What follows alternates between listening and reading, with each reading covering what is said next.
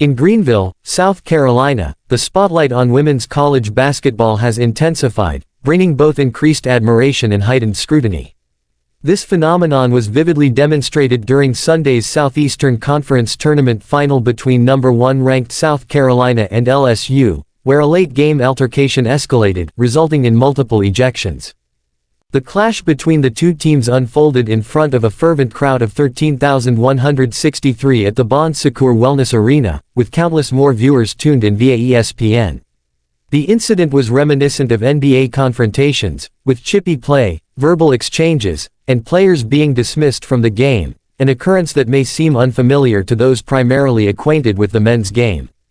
Expressing her dismay, South Carolina coach Dawn Staley voiced concern over the portrayal of such incidents, emphasizing that the essence of women's basketball is far more refined and graceful than the altercation might suggest.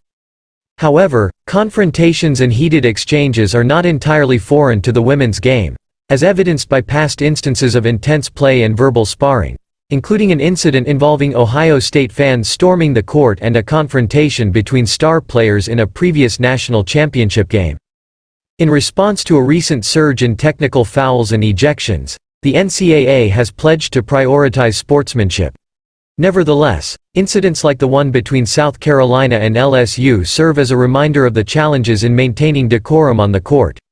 Despite efforts to mitigate such occurrences, tensions can flare, as witnessed by the altercation between the two teams. The aftermath saw repercussions for those involved, including suspensions for ejected players and apologies from both coaches and players.